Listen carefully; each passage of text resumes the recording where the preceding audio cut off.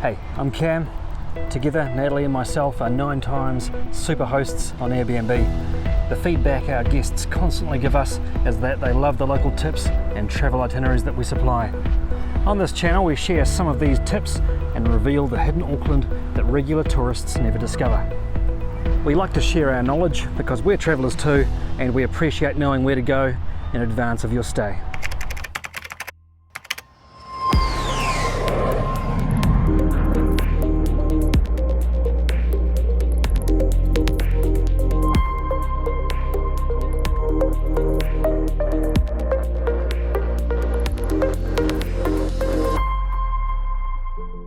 If this is the first time on our channel, thanks for stopping by. From hosting over 400 guests over the past few years, Natalie and myself have a real sense of what information you need to know if you're travelling to New Zealand or arriving in Auckland for the very first time.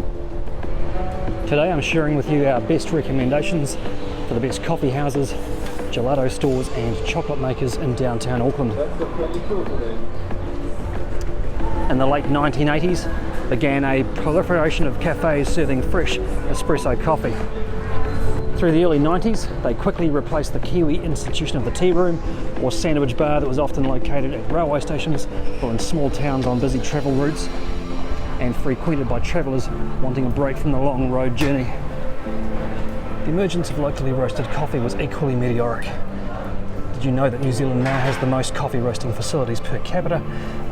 More than anywhere in the world.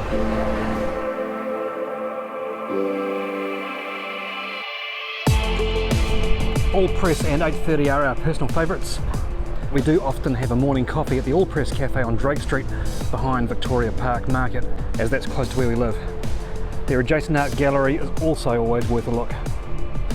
All Press have been around since their humble beginning as a coffee cart in 1989, and they now have branches all around the world: Sydney, London, Tokyo and Singapore, as well as the major New Zealand cities. Their coffee is sold to many other cafes around the country. If you're coming to New Zealand on a working holiday, you can guarantee there will always be cafe work available as waiters or coffee makers. Good baristas are always sought after. There are several places in Auckland offering 3 to 5 day barista training courses if you just want to train while on holiday here. Just make sure you apply for a working holiday visa before you travel. 8:30 is a newer addition to the Auckland scene. They have outlets on K Road, Anzac Ave, and just behind me here at 35 High Street. Now, the High Street Coffee House is one of our favourites. We love it because it's tucked off the main thoroughfare down a long corridor off a historic office block between 2 shop fronts. It's got a small selection of baked goods from the kitchen, from the most excellent Little Friday, and you can also get 8:30 ground or whole coffee beans on subscription too. And I love that they make their coffee deliveries in the inner city using a bicycle. Their store interiors have an ambience similar to an art gallery, characterised by a minimalist industrial aesthetic with white painted walls, polished concrete floors, fixtures of steel and occasional houseplants. Initially, the coffee scene in New Zealand was all about coffee produced in Italian-style espresso machines, but increasingly there's been a focus on single origin beans, fair trade suppliers, and gentler coffee methods such as filter and cold brew that champion complex flavour profiles. Over the past 5 years, this interest in coffee connoisseurship has continued to flourish. Some Auckland-based players include the early pioneers All Press and the more recently established brand 8:30, who have 3 local cafes, as well as roasting and retailing coffee beans online or through their Auckland location. If you're on the go and want a quick takeaway, bring your own cup to one of the hole-in-the-wall cafes like the one behind me. These tiniest of outlets have largely replaced the mobile coffee cart. There's a few hole-in-the-wall coffee outlets scattered around the downtown area, including Artisan Brothers on Jean Batten Place. And the Receptionist on Lawn Street, just before Cartoon Place, with its infamous centenary suffragette memorial mural that dates to 1993. New Zealand is proud of its place in history for being the first country to give women the vote in 1893. We currently have our 3rd female Prime Minister, Jacinda Ardern. Mojo have become major players in roasting beans and opened up a huge number of cafes up and down the country with a high concentration in downtown Auckland. The Mojo at the Auckland Art Gallery is our favourite for the outdoor seating on a large balcony that overlooks Albert Park. This branch of Mojo has a more extensive menu. In the downtown area on Lower Queen Street there's a Mojo hidden down Exchange Lane, and perhaps the tiniest coffee house in Auckland is their place near the Queen Street entrance to Queen's Arcade. And if you're staying at the Heritage Hotel, we recommend their spacious, newly opened Wyndham Street Cafe just over the road. Comfortable seating and free Wi-Fi, which is a common amenity in many New Zealand cafes.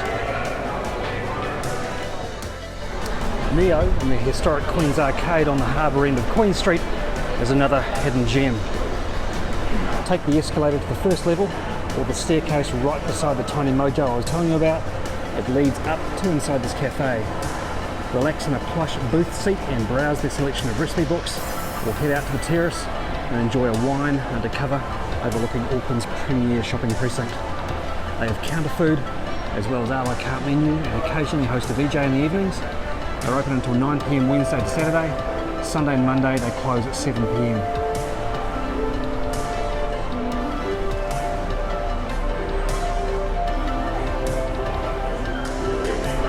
Interesting fact, people in the Gen Y demographic bracket are the biggest cohort of coffee drinkers in New Zealand.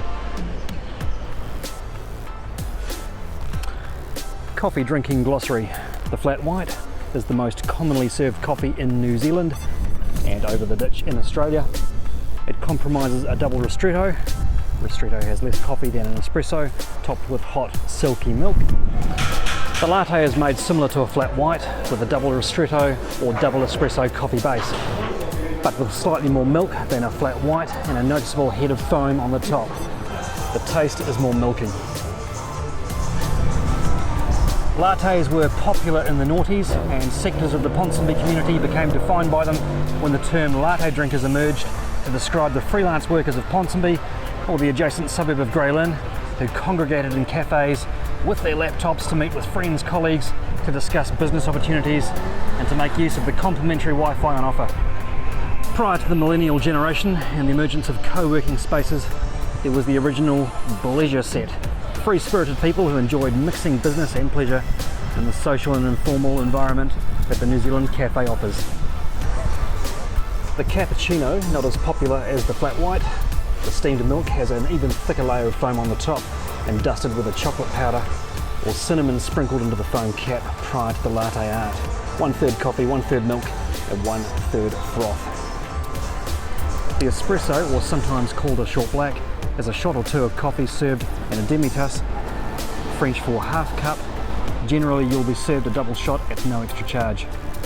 Long black, espresso, 1 shot or double shot with hot water added to fill the cup. Skinny black, low fat milk. The cost of coffee, it ranges from $3.50 to $5.50 per cup, depending on the type of coffee you order. You'll pay 50 cents extra for nut milks, soy milk, and some cafes charge for an extra shot of coffee, referred to as a double shot.